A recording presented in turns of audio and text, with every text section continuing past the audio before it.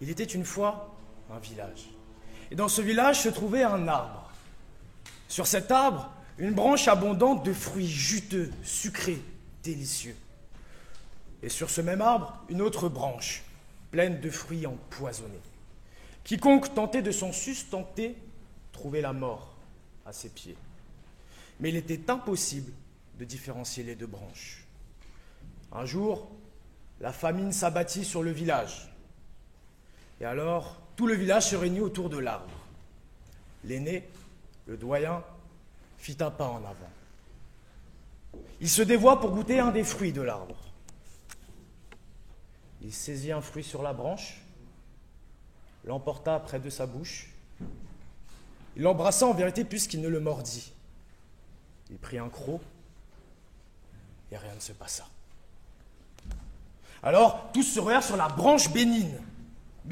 On donnait des petits morceaux aux enfants, aux grands-parents. On faisait des confitures, des compotes.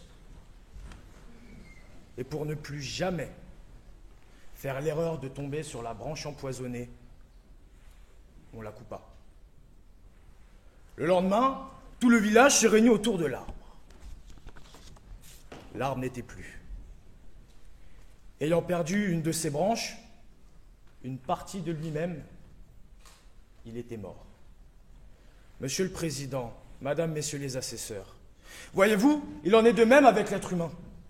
En chaque personne, il y a une part de sagesse, une part de sensibilité et une part de vice.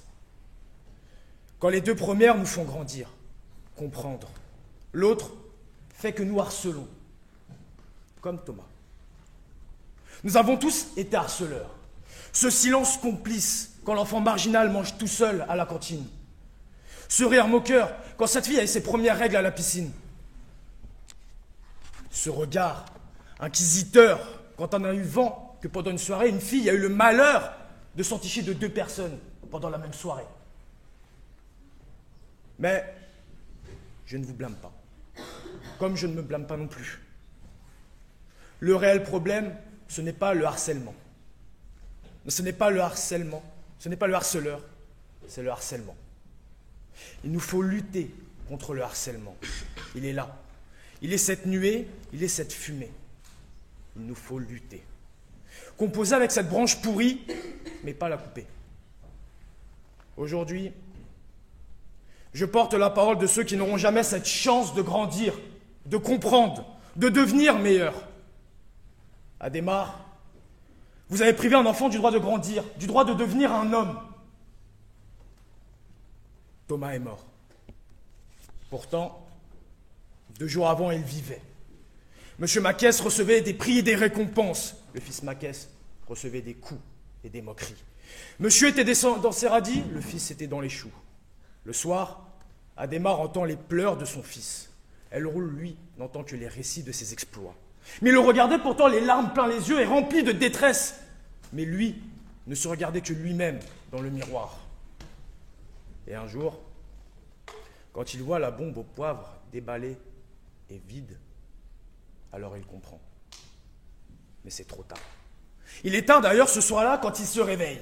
Il entend du bruit dehors. Qu'est-ce donc? Un cambriolage? Qui ose toucher à mes radis? Ce n'est pas ça. D'un bond, il se lève. Il regarde par la fenêtre. Vision d'horreur. C'est précieux. Ses radis sont détruits. Son sang ne fait qu'un tour. Il descend les escaliers 4 à 4. Entend du bruit dans la grange. Regarde la porte de la chambre de son fils. Elle est ouverte. Il comprend. Il entre dans la grange, voit son fils qui se fait charger par Thomas. Et là, c'est en vérité son échec qui lui fait face. C'est sa négligence envers son fils contre laquelle il se retrouve confronté. Son ego, son orgueil est touché. Alors, il n'avait plus la volonté d'arrêter. Il voulait punir. Il s'élance, se lance, la lance, silence! Un enfant est mort. Alors, il est vrai que nous étions de nuit, qu'ils ont pénétré la propriété. Il est compréhensible que vous ayez voulu agir. Il y a d'ailleurs une présomption de légitime défense, prévue par l'article 122-6 du Code pénal, quand il s'agit de repousser de nuit l'entrée par effraction, violence ou ruse dans un lieu habité. Cette présomption de légitime défense est une présomption simple. Alors je m'en vais la renverser sans attendre. Sans quoi, cette présomption serait un permis de tuer. En application de l'article 122-5 du Code pénal, face à l'agression injuste, la réponse doit être légitime, nécessaire et proportionnée. Alors est-il nécessaire de tirer dans la tête quand on peut viser les jambes? Est-ce proportionné de répondre aux chamailleries, à l'intimidation, à l'agression d'un enfant par un autre enfant, par le meurtre de ce dernier? Est-il tout simplement légitime de tuer un enfant? Le meurtre d'un enfant n'est jamais nécessaire, n'est jamais légitime. Maître, si vous plaidez la légitime défense, je veux vous entendre le dire. Je vous intime de dire que le meurtre de l'enfant était légitime. Je vous exhorte de dire que le meurtre de l'enfant était nécessaire. Le meurtre, prévu à l'article 221-1 du Code pénal, est constitué dans tous ses éléments. De son élément matériel, la fourche, l'arme du peuple, de la Révolution, devenu trident le temps d'un lancer, a été manié avec conviction par cet agriculteur aux mains rugueuses et fermes qui ne tremblent pas. Dans son élément moral, car il ne pouvait ignorer qu'au moment de lancer, il ne blesserait pas, qu'il tuerait. Et il voulait tuer. C'est l'élément moral, l'animus necandi, la volonté de tuer. Le meurtre est caractérisé. Mais s'il est un droit qu'aucune loi ne peut entamer, qu'aucune sentence ne peut retrancher, c'est notre droit de devenir meilleur.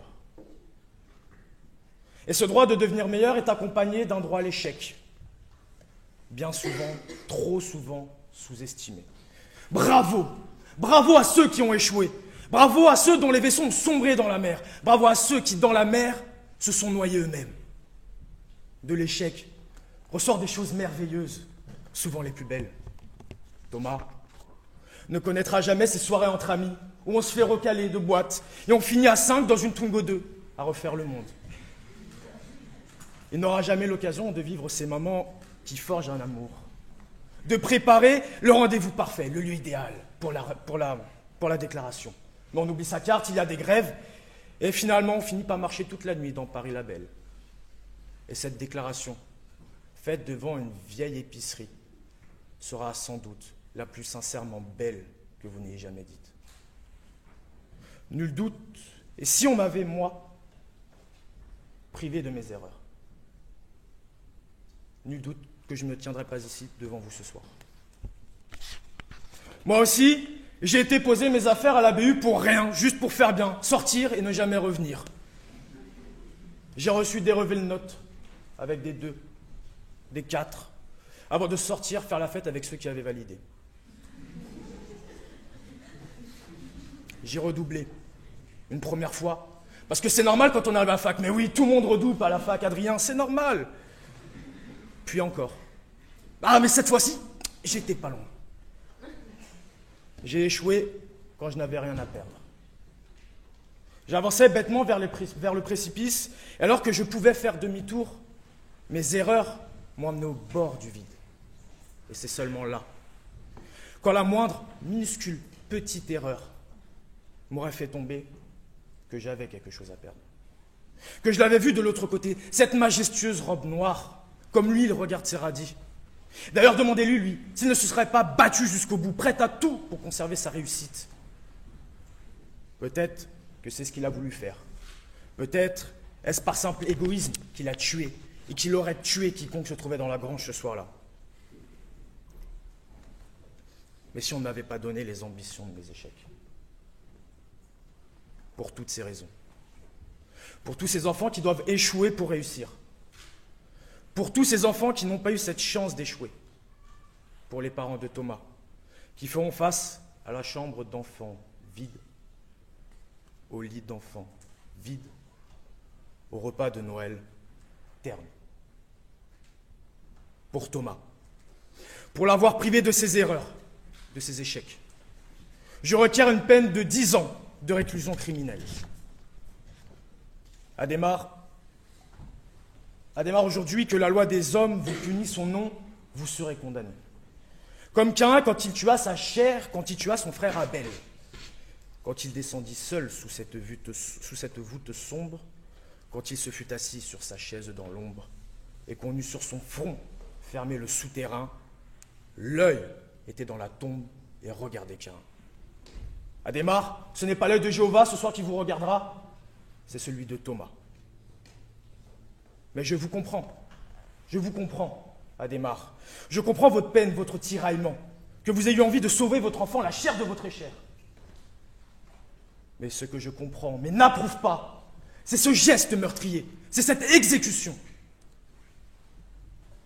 Je comprends qu'elle roule votre fils vous attendra dehors, que vous devrez vous expliquer devant lui, que vous devrez expliquer que vous avez tué, oui, pour le défendre, un autre enfant, comme lui.